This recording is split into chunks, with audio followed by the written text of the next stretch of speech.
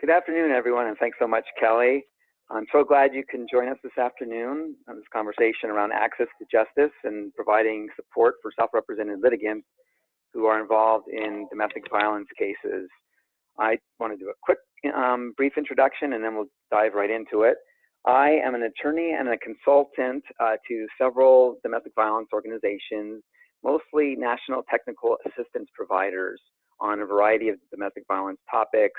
A lot of my focus has been over the years, and I've been doing this since the year 2000, has been on civil protection order cases. In fact, I was an employee with Kelly at the Pennsylvania Coalition from I think 2000 to 2005, focusing on full faith and credit issues, interstate custody, and firearms. I've continued to focus on those areas over the years, and lately my major emphases have been on family law cases generally where there's domestic violence, as a consultant to the Center for Court Innovation and the National Council of Juvenile and Family Court Judges, as well as firearms and domestic violence. And my colleague, Kate Wormfeld at the Center for Court Innovation, and I have done a bunch of work around enhancing access to justice for self-represented folks with EV cases over the last 2 or 3 years, including the development of a guide that we're going to talk about in just a few minutes. Next week, please be sure to join Kate as she talks about procedural justice and how to increase procedural justice for litigants, especially those who are self-represented in domestic violence cases. I'm going to have a lot to say about things that are happening around the country, suggested practices and things like that. I have a couple things to say about what I know is happening in Pennsylvania that we wanted to make sure to share. But I would really, even though we only have an hour, I would love to hear from you all as well about things that you may be struggling with, or things that some programs or strategies that are in place in Pennsylvania that you think have been successful in enhancing access to justice for self-represented folks. So I'll dive right in. And why are we talking? Let me make sure this PowerPoint works. Okay. So why this topic? And I'm sure for the vast majority of folks on the phone, listening and watching on the internet, this is something that you're well aware of in your practice.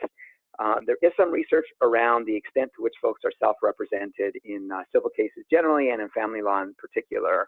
The Self-Represented Litigation Network, which is a really excellent resource for all kinds of information, ideas, strategies around self-represented folks, also has done some research on the topic and gathered research on the topic.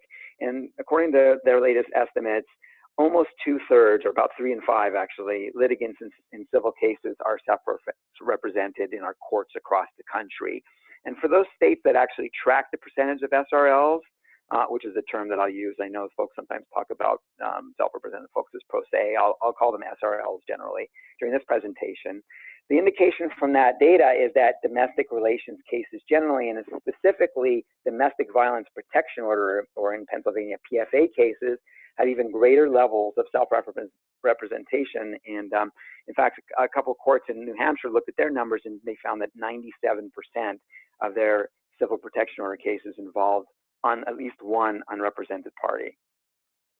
Pennsylvania, and specifically the Administrative Office of the Courts in PA, has done work around this area. Of course, there's a huge need in Pennsylvania as well to understand how to better address SRL's needs. So in 2013, they did a survey of the district court administrators around the state and asked, in the opinion of the court administrators, what are the case types where they see the highest volume of SRLs? And the response, not surprisingly, unanimously was family law was #1, noting that custody was the #1 type of case where folks are not represented, and followed thereafter by divorce cases and PFA cases. So this is typical of national trends, not too surprising. The survey went on to ask the court administrators what they perceived to be the most challenging issues for the court created by. So this is from the perspective of the court. And of course, most of what I shouldn't say of course, but most of what I will be talking about today is from the perspective of the SRLs themselves, and specifically victims who are of domestic violence, who are self-represented. But this is what the court saw as their most challenging issues created by SRLs. They thought that lack of understanding of process and procedures was #1. Almost everyone responded that that was the key issue. Folks just don't understand the processes that they find themselves in.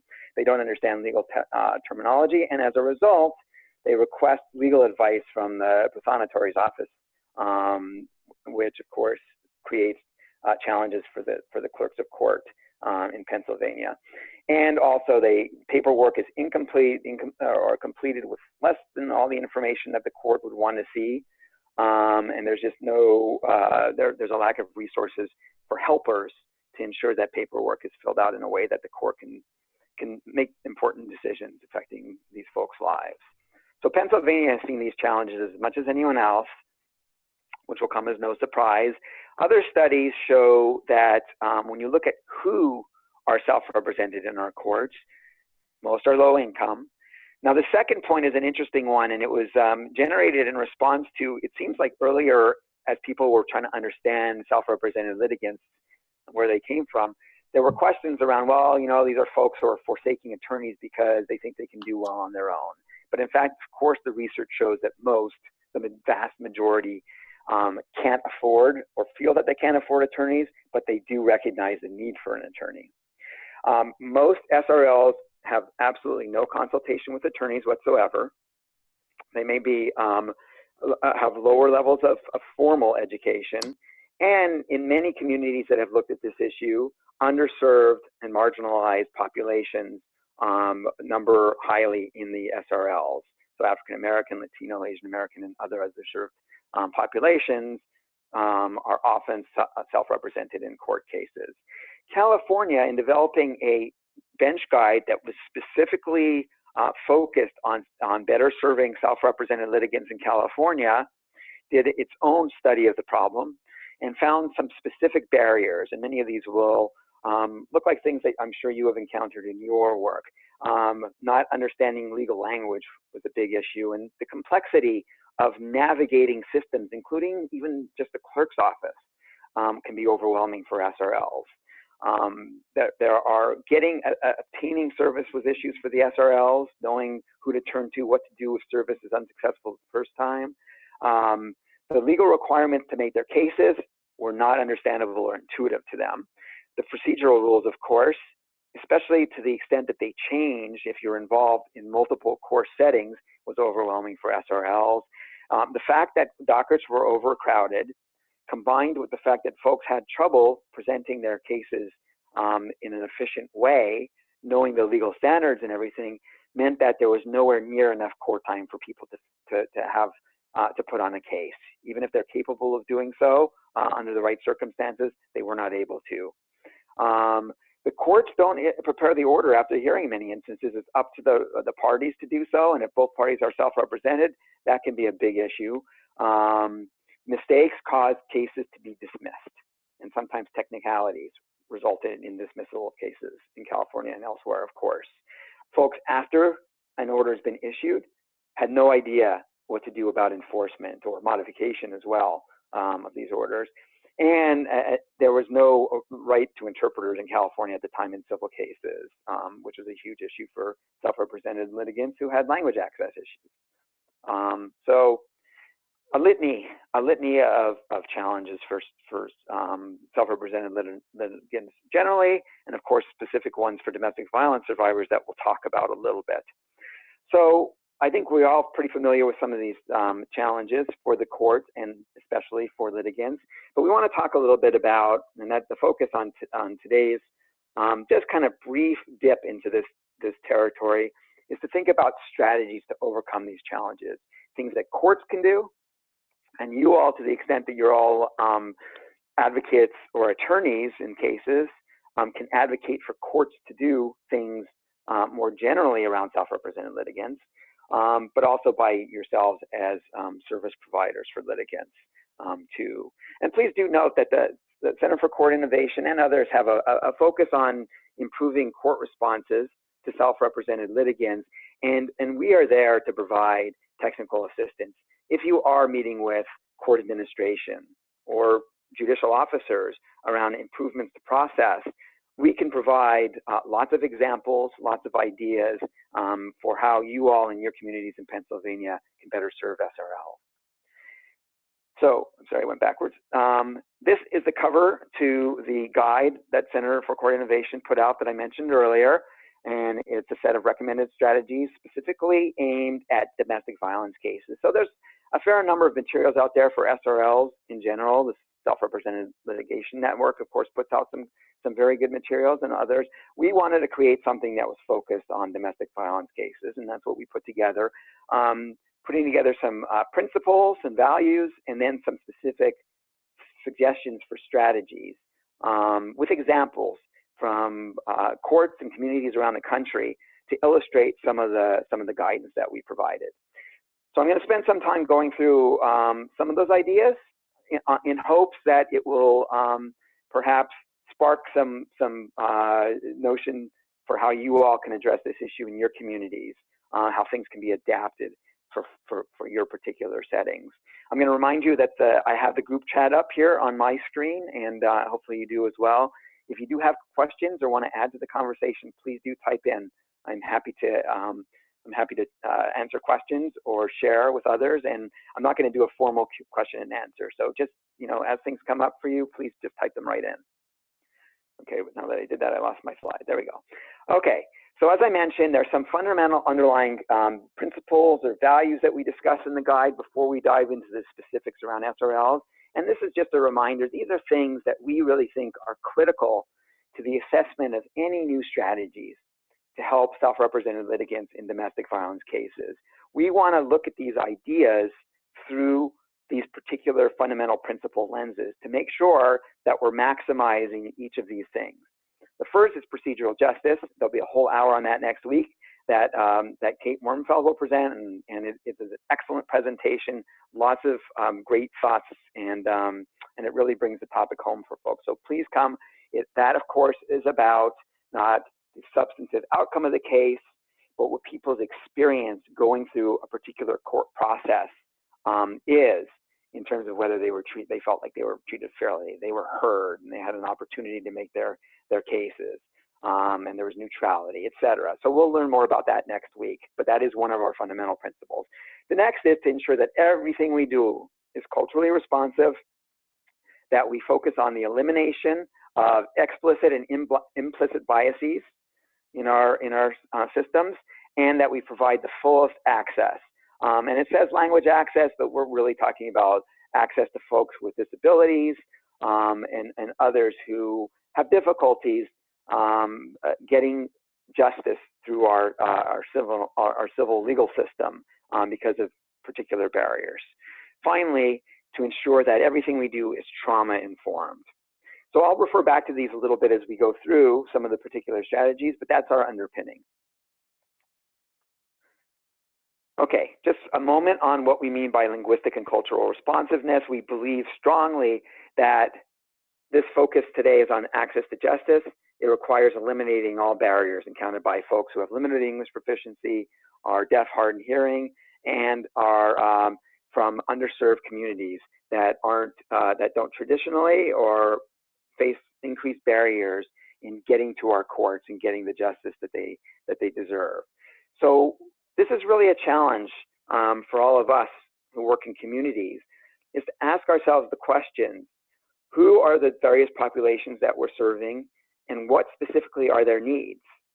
Not by guessing at it or basing it on having served a few folks, but really going out in the community, talking to culturally specific community-based organizations and individuals about what their needs are from the family court, what their needs are from the Protection from Abuse Act system, what are they not getting, what do they want to be getting from the system, and also to ask the second question, who's not coming to court?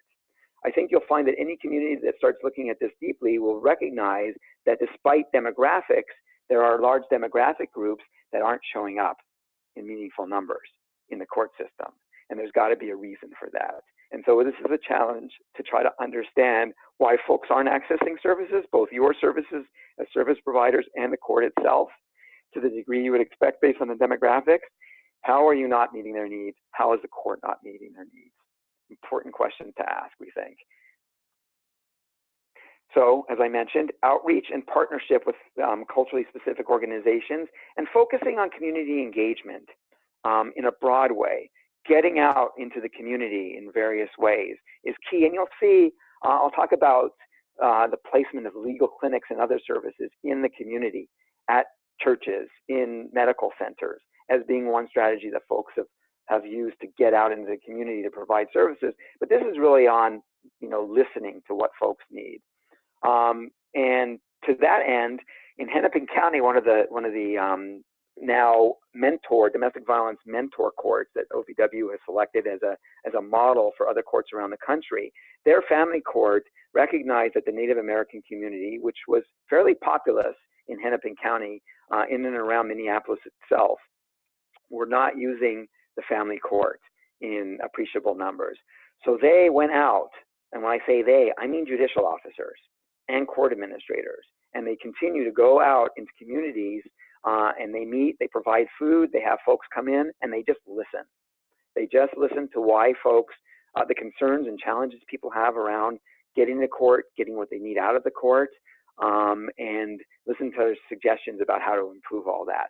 That has made a humongous difference in Hennepin County. They have data to show that Native American survivors and litigants generally have been coming to the court in much greater numbers than prior to this whole effort.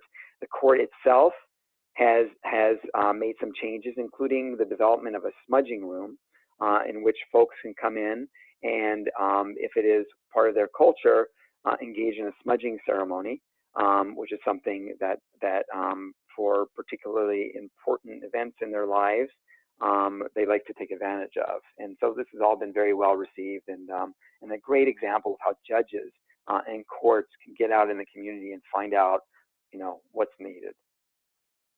Trauma-informed services, I mentioned as the third piece of all of this. And rather than go into detail around that in our limited time, I'm going to commend an excellent research that Carol Warshaw and her colleagues at the National Center on DV Trauma and Mental Health out of Chicago have developed. It's an entire toolkit around transforming your organization so that it becomes accessible and culturally responsive as well as trauma-informed.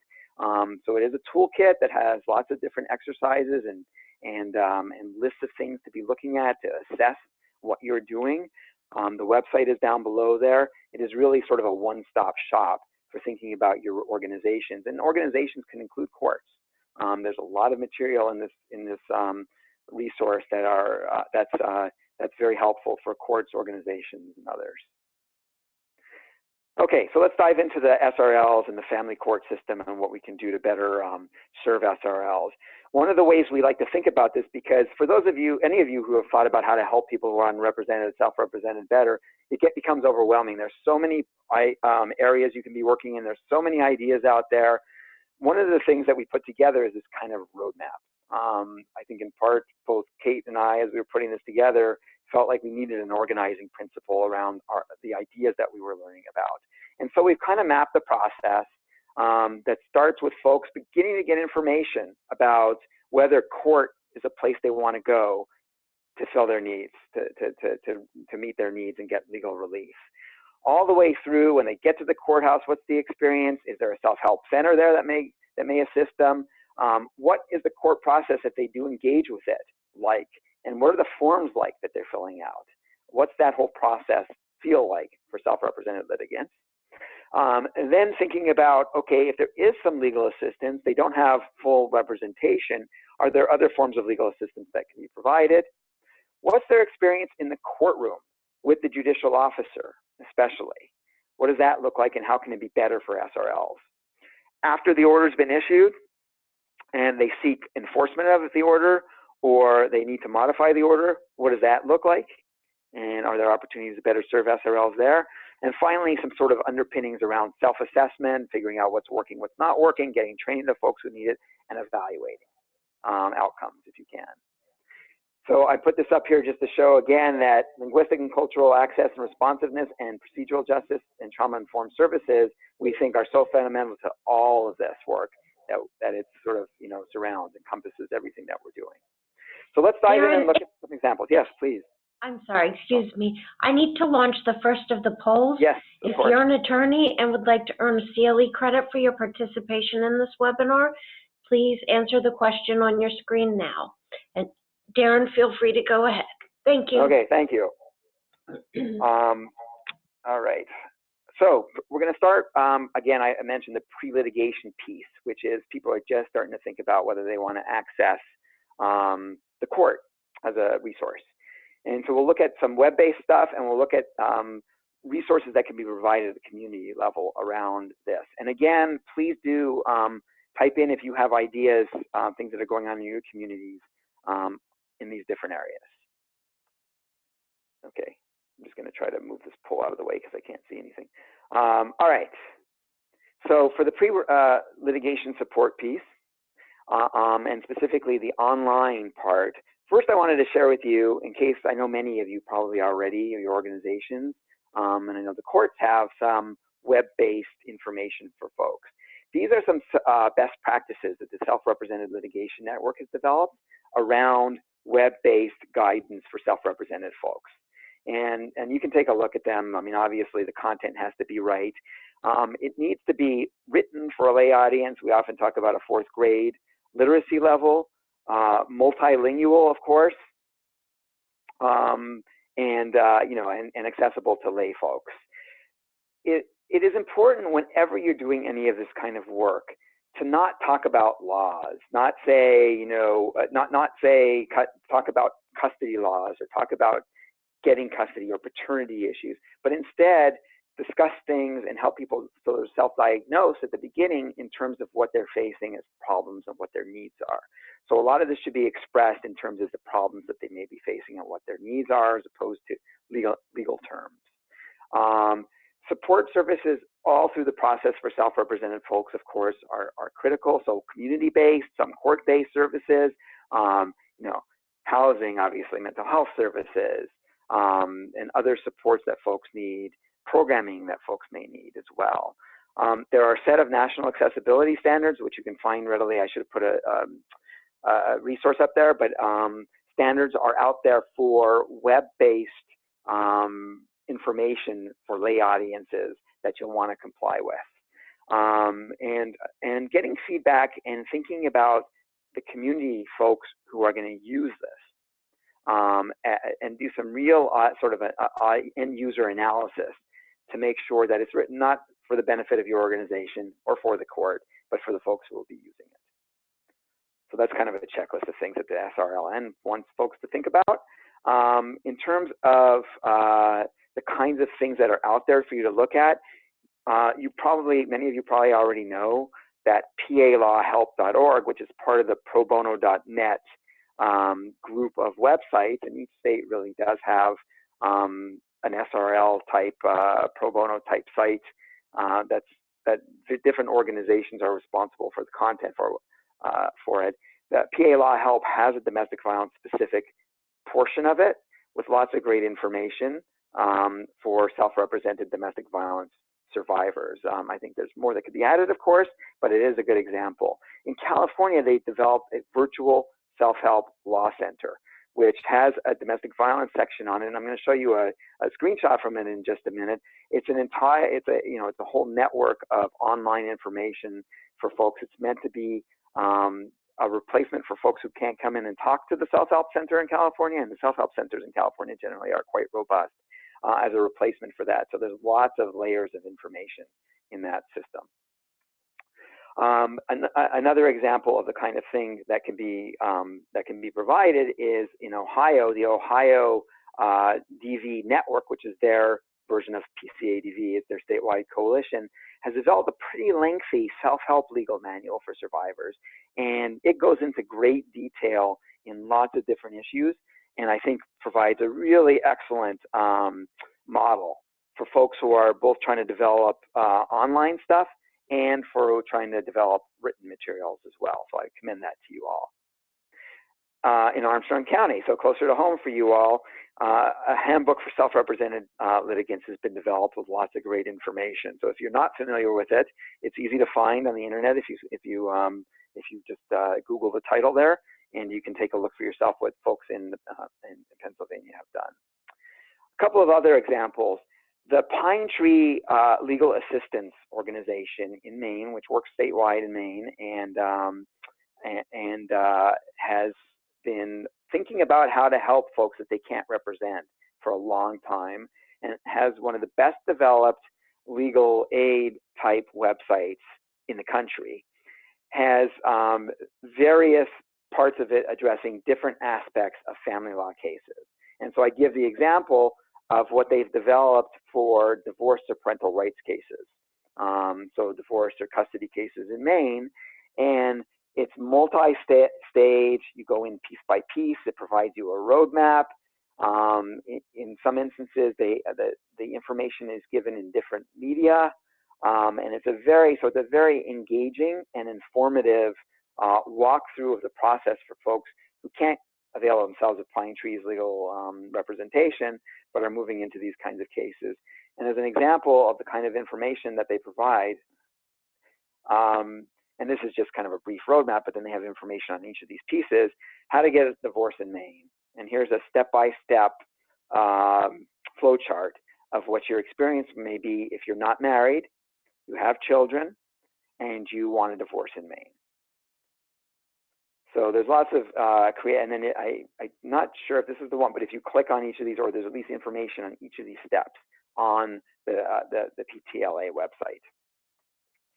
I mentioned the Virtual Self-Help Law Center that California has developed. This is a screenshot from that, and part of the reason I wanted to show this is because they have developed a set of pre-litigation videos for folks. And as you can see from this screenshot, which is out of one of the counties in California, in the Bay Area, Contra Costa County, they're in multiple languages and multiple parts, of course. And they're relatively short videos, each one focusing on a particular area, but quite informative. And there are many places that have put these together. In fact, we were involved with Cook County, Chicago, Illinois.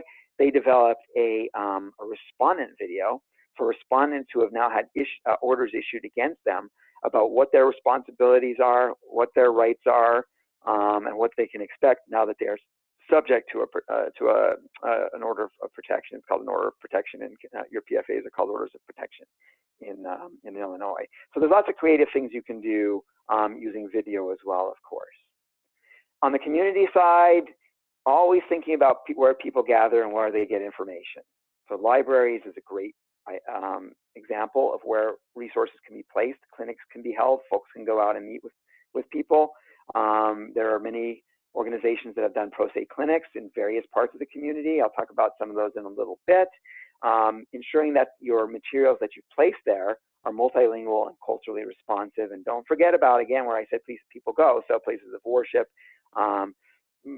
service providers, human service agencies within communities, child protective services, etc. Get the materials out there for everyone with catchy titles around what the information you're trying to present them with, and do specific outreach to underrepresented communities and make sure that language and culturally responsive materials are getting out to folks in communities that may not typically be served by your organizations or by your courts.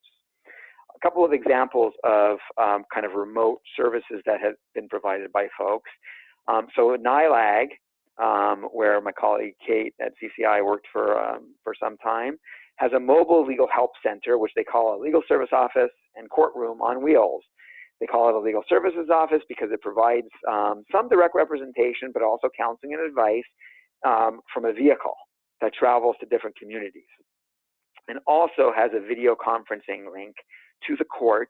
And so emergency protection order hearings and other things can be held from the comfort of the vehicle in the community as opposed to in the courthouse. And of course, remote access to courthouses through video links, specifically for domestic violence protection order cases, TFA cases, is something that we see more and more of.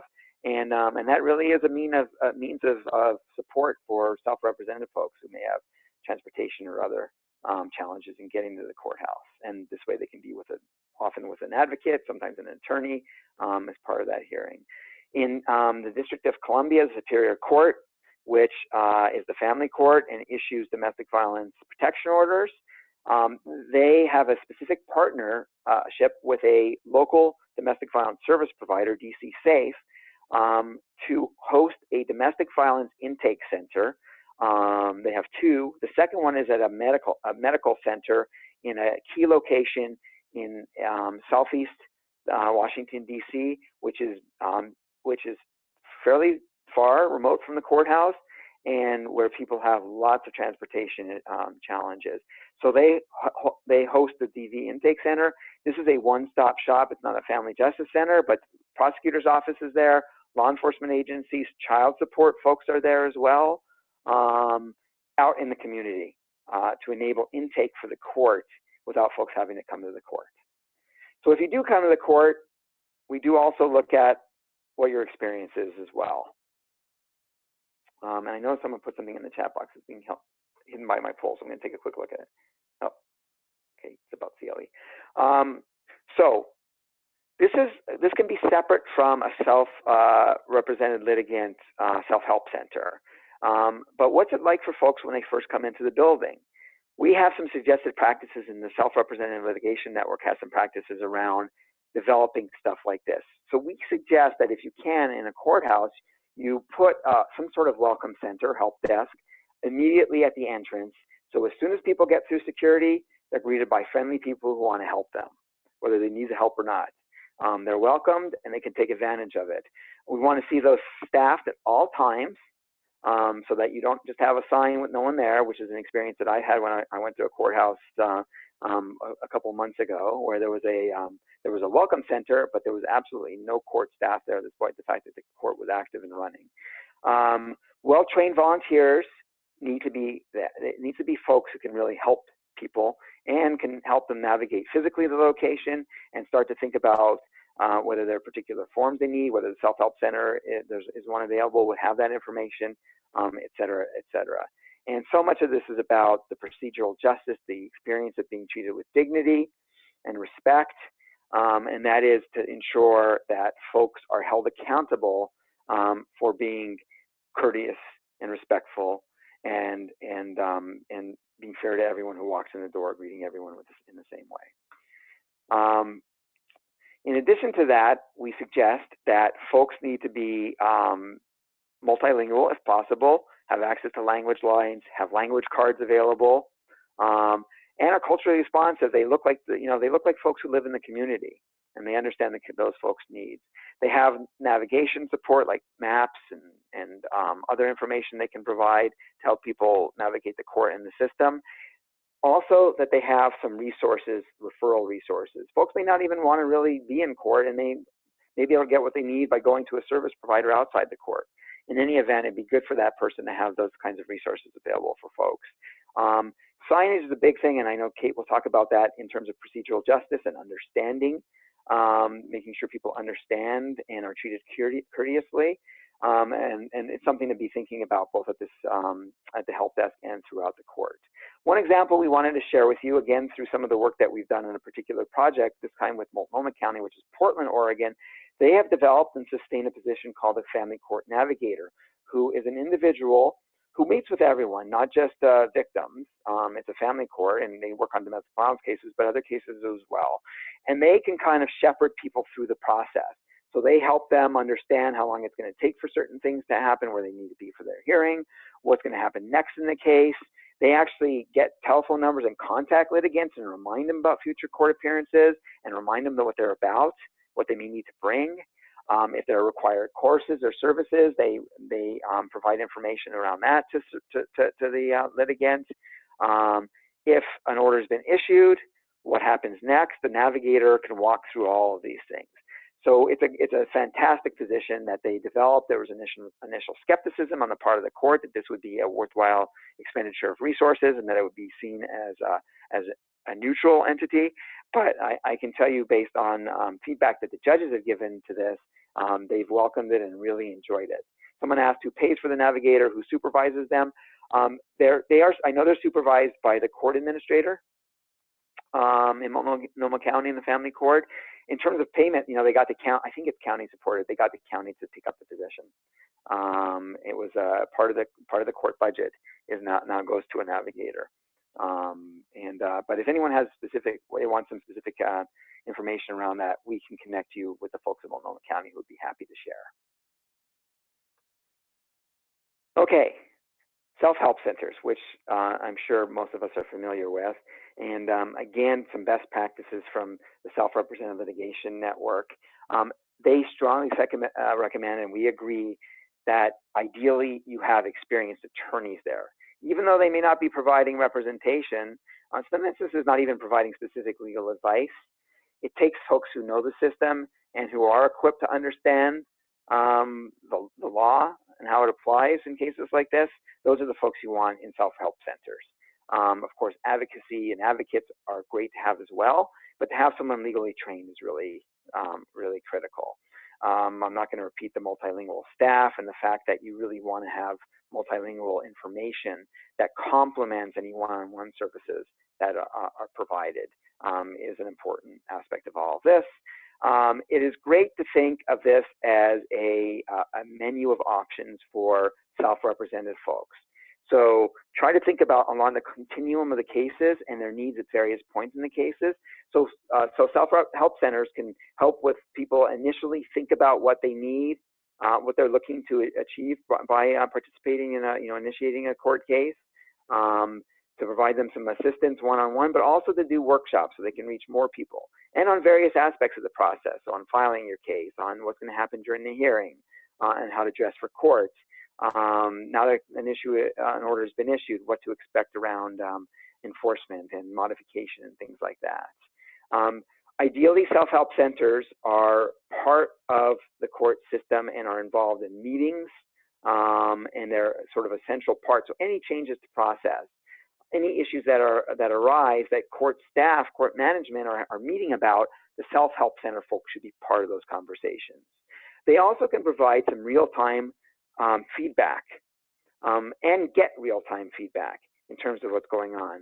So self-help centers who are working with SRLs can report what they're hearing around folks' experience with the court, and vice versa. The bench can say, we're seeing that folks are coming to us with their petitions for PFAs, the affidavit of supporting facts are really missing details that we need.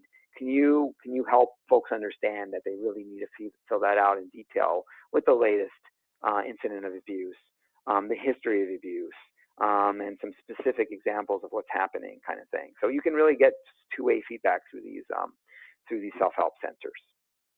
The integration with the larger legal services community, again, ideally, you all as legal services providers can staff self-help centers, on a once a week, once every other week basis, if that's all you have resources for. But having you there is a wonderful asset and resource for self-help centers. I'm not going to go into too much detail around some of these other pieces, just for time, and we talked about some of it. I do want to point to a few examples, though. And this is something that the Center for Court Innovation has developed. It's actually part of a suite of materials that they've developed, because in addition to this one, which I'm going to focus on, which is for litigants, there are corresponding forms for others, including judges, around, and this is really based on risk and risk factors for domestic violence survivors. So this is a document in which a survivor can think about what their experience has been, based again on the risk factors, how they can describe it in a petition for relief. Say, this is really focused on protection orders, what you would want to do to describe it, and then what you could request in terms of relief. And these are forms that CCI will work with you to adapt to your community's legal relief that's available. So the idea is that folks can come in and draft petitions that are highly specific as to what's happened, what the effect has been on both the survivor and children, any children involved, and then to start to request particular forms of relief, particular provisions that would address those risk factors and those elements of the abuse that the person has suffered. And it goes beyond just the violence. It goes into other aspects, as you can see, economic issues, substance use, and other things like that. This is a much longer document. It's just an excerpt. And the other piece to all this is that CCI has translated it into other languages, including the simplified Chinese guide that has all the information in English and I believe in Mandarin. So we're constantly trying to remind people that they need to do this. CCI can provide this if you reach out. It's also available on their website, including the version for judges. Okay, so let's move to the court process. And this is something that not everyone thinks about. But in addition to providing all this kind of assistance for folks, which only goes so far, of course, but the idea is to look at your process and look at the forms that your court is using and ask, what is it like for a self-represented person who may have a relatively low level of literacy, who's not a lawyer, obviously, and clearly unfamiliar with terminology and processes? What does this form look like for them? You're not writing your forms only for attorneys. You're writing your forms for self-represented folks. I told you those numbers earlier. So I know I'm not talking, I don't know if I'm talking to any court folks, but this is, again, an advocacy piece for you all, is to help the court understand that streamlining their processes and making them more accessible is an important role for them. And there are courts that have engaged in these efforts. It's something that the SRLN promotes. And we do have some folks who have done this who can talk to you about how to do it. So the first level is to be thinking about for the court, is this form absolutely necessary? Or is it necessary in this form? Or is it just because the way we've always done it? And we expect lawyers to be filling these things out. Because there may be ways to streamline the forms so that they're not so onerous for folks to fill out. In addition, of course, the process itself. Are all these hearings necessary? Is there a way to consolidate hearings? Is there a way to make this process more streamlined and user-friendly for people who have to take time off work and spend all day at the courthouse? Is there a way to, make your dockets in such a way that folks don't have to stick around for so long? Those kinds of things to be looking at. And there's lots of ideas around how to do that from the SRLN, but also from the National Center on State Courts. Around NCSC, the National Center for State Courts, around streamlining processes. The other piece is plain language and making forms as simple as possible. And we'd love to point out Washington State, which decided, based on some research that they had done, that folks just don't understand their forms, didn't understand their forms at all. And it was a real barrier to access to justice for folks. And they engaged in a multi-year effort to change all their forms. They learned a ton about what it means to have plain language in simple forms, and have been engaged in converting all their forms to a plain language format. If you take a look at this this link, and it may be easier for you to just Google Washington State plain language court forms, it'll pop up. There's a report on what they had done and where they were going with this project. Really commend this to you to look at. It's a fabulous piece of work. But I also mentioned other things that you can do to streamline court processes, and that scheduling piece is a biggie. And so, for instance, sometimes you can enhance even representation, or at least advice giving by legal folks and advocacy by advocates, by figuring out how to schedule things so that it's efficient and easier for those helpers to be in court and helping folks who are self-represented litigants. This is going to look different for every court, but I can guarantee you that if you engage in this conversation with your court administration, and hopefully with your judicial officers as well, it's quite possible to come up with very creative ways to make dockets much more efficient for both litigants and for the court. So I really encourage you to try to get the court on board in doing this. Getting feedback from litigants is key, and also from you all, of course, for the court, on what is working and not working in terms of the process. I mean, courts that are progressive and know what they're doing will do focus groups, will survey folks routinely, and use that litigant feedback to figure out what's going on. Multnomah County, that I mentioned earlier, the former presiding judge over that family court, this was her mission in life in large part, to get her colleagues on the bench to listen to litigants' experience. And she actively worked to get them to seek feedback on not only court processes and what the experience was like, but what the courtroom experience was like, what the judge's demeanor was, and how they acted in a particular case, and what that felt like for folks. So again, something to really encourage. And someone mentioned Washington State and their forget the last initial. Anyway, the limited license legal, it's LLLTs, I think, limited license legal technicians who can help with family law cases. And yes, indeed, for those of you who don't know what that is, it's certainly it's cropping up in more and more places. Washington State has gone the furthest in formalizing this. These are folks who are not lawyers, but have training and get certified as licensed as folks who can help provide, not representation, of course, but significant assistance to litigants who otherwise would be self-represented in a way that, you don't have to have, it doesn't have to be a lawyer, but there has to be training so the person can render effective assistance. And I think when I was researching for this presentation, there's been some movement in Pennsylvania on this as well, although I may be incorrect, but it's certainly something that we're seeing more and more of. Yeah, so the Philadelphia Family Law Attorneys and the PA Bar were up in arms about it, and certainly that happened in Washington State as well, for a variety of reasons. I mean, there's the obvious reason, which I won't even mention, but there's also the question of, what is it, how can you really license someone who's not law trained and ensure that the assistance that they're providing is truly going to be effective? And are people going to go to these folks instead of lawyers and get and have a less good experience, even though they maybe have been able to get a lawyer? So it's a controversial issue. Part of the reason I didn't bring it up in the presentation, but it's definitely something for you all to look into. And we, in our guide, mention these limited legal technician type strategies. Thank you for that. I wanted to mention what I would consider to be a Pennsylvania resource, which is the Pennsylvania DR Procedural Rules Committee. These are the folks who are going to make new rules, make some of the changes to process that I mentioned, may come up as things that need to be done based on getting feedback from litigants and from helpers and looking at your system carefully. I know that they've done some good work to make positive changes in the system for SRLs and in general.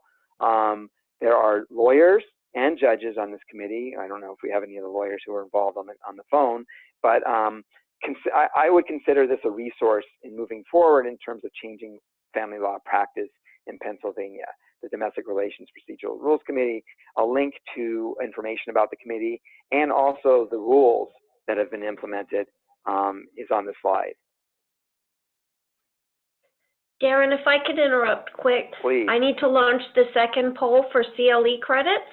If you are an attorney requesting CLE credits, please respond to the question on your screen now. Thank you. Thank you, Kelly. Okay, ideas around legal assistance. And I know some of these are being implemented in Pennsylvania, but wanted to give some ideas of things that are happening around the country. And one of the things is, we've talked really about folks who have absolutely no legal assistance, but there are lots of ways, there are lots of options for getting people more limited legal assistance that can really make a big difference. And in my view, I think that if folks can sit down with an attorney, even if they're not represented throughout the process, and think through options, think through strategies, get a sense of the story of their case, what they're gonna need to tell the court to get the relief that they want, understand what they're going to need to support that in terms of evidence. At the beginning, that can make such a tremendous difference, even if it's not full scope representation throughout the process. And so we actively encourage thinking about opportunities to do that through clinics or other means, which are resource intensive, but not nearly as resource intensive as taking on a full representation. And one of the ideas, of course, is limited scope or unbundled legal services that just focus on one piece of a case or one set of legal issues for a litigant. And examples of this are there are some examples of this in Pennsylvania. Other examples are folks holding these pro se clinics and self-help, and some folks do it as part of self-help centers. You all may have heard of Attorney or may even institute Attorney for the Day programs, where on a pro bono basis, or sometimes legal aid attorneys will come in and they'll be available on a particular day at the court in some instances to sit down, do an intake, talk to folks, and if they can't represent them, at least give them that kind of advice that I mentioned earlier. There are also examples of folks who are engaged in giving ongoing support. So mostly non-lawyers, although in some instances attorneys do this as well, where it's not just about that initial conversation, but it's as the case proceeds, they're not representing them in court, but they've committed to providing ongoing support throughout the process. And starting with some one-on-one assistance in the preparation for court hearings, but then, beyond that, answering questions later on in the process. And you can see some of the examples of what folks can do. They can help organize evidence and documents and explain what the litigant can expect. Some will offer an opportunity to practice presentations and help folks understand through that this is what the court is really going to want to know. This is what you need to tell the court in order to get that relief. This may be what the abuser is going to say, and here's a way to think about countering that. So that kind of advice that you would, that kind of prep where you're not going to go in and represent the person, but you can at least get them sort of teed up to do a good job on their own. And so there are lots of folks who think that limited scope representation is really, to the extent that there aren't resources for full representation, can make a huge difference. One of them is one of the organizations is the ABA, which really promotes this and explaining that it's not just which form you need or how to file your case when you need to show up at court, but it's the decision-making, the choosing of options, knowing the options and making a choice that they need help with, and then strategies for how to achieve those. And that can be provided in a limited scope without full representation.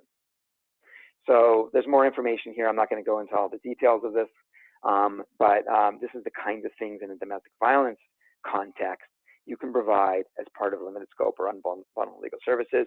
I know in Pennsylvania there's a modest means program, and that's definitely what this is, but there are other ideas out there as well, and I definitely wanted to share these ABA resources on what this all can look like. You can see there's both a general ABA unbundling or limited scope resource, but also the ABA Commission on DV has developed a best practices guide for attorneys who are working with pro se folks. So this one is, you may know they have lots of practice guides for attorneys. Many of you may use those practice guides for domestic violence cases. This one is specifically on what lawyers can do to help pro se folks. So it's especially helpful under these circumstances. Okay, I'm going to move ahead because I know we only have about 5 minutes left here. And I know that some of you run pro se domestic violence legal clinics. We have some information about things to be thinking on there. I wanted to give a couple of examples here. So in DC, another example of going out into the community is the the DC Volunteer Lawyers Project, which does have a focus on domestic violence, runs a walk-in resource clinic in which legal assistance is just one piece. So there's a full partnership between the DC Volunteer Lawyers Project and housing and other domestic violence community organizations. Every week, they provide this bundle of services to folks at different, I think now it's settled on, it's in a church in DC where it's accessible. There's help with childcare and accessible to public transportation, and it's at least bilingual services. They're provided in Spanish as well. I've been told that they use the helpline for languages other than Spanish. So it's been a great resource in the district. The Texas Advocacy Project, TAP, which is a statewide legal advocacy project for domestic violence survivors in Texas. It has this pro se program in which advocates refer clients to the TAP project, and the TAP project then provides assistance on protection orders and other matters, including legal advice and help with drafting pleadings, but do not represent. I mean, I think they do some representation, but typically this is one of those examples of a program that does a lot of upfront work to help with pleadings and case strategy and stuff, and then across the course of litigation, they're available for assistance as well. So the programs in Texas know that folks can be referred if they can't find a local lawyer to provide full representation. TAP, working on a statewide basis, has program attorneys who are able to assist with some of the ideas and things that I talked about earlier. This is a program that I'd love to see replicated in some other places. The Courtroom Experience, I'm just going to touch upon, and I hope folks have access to this PowerPoint. If not, I'll make sure that we have it sent out to everyone so you can use it as a resource if it's something that you think would be useful for you. And this is really about what judges are doing. And we spent some time training judges on procedural justice and self-represented litigants. And our bottom line in all of this is judicial officers need to understand that although, of course, we know that neutrality is fundamental to their work, it's fundamental to their ethical standards as well, and of course, as part of procedural justice. But neutrality doesn't mean being passive. And in fact, if you remain passive when there's an inequality, and we know that domestic violence cases are ripe with inequality, that passivity can actually create or exacerbate biases against the person who's unrepresented, the person who has been the subject of power and control, who may be suffering from trauma. There's a role to play. Neutrality has to help. Being neutral and being a effective trier of facts requires doing something to engage in this process to level the playing field to some degree. So what's pushed by us and by others in this area is a concept called engaged neutrality. So you're remaining neutral, but you're engaged, you're not passive. And so the Self-Represented Litigation Network has developed a bunch of materials around this. Some other judges, Richard Zorza, who's an expert on self-represented folks, on access to justice, has developed some of this, and we've worked with a couple of judges.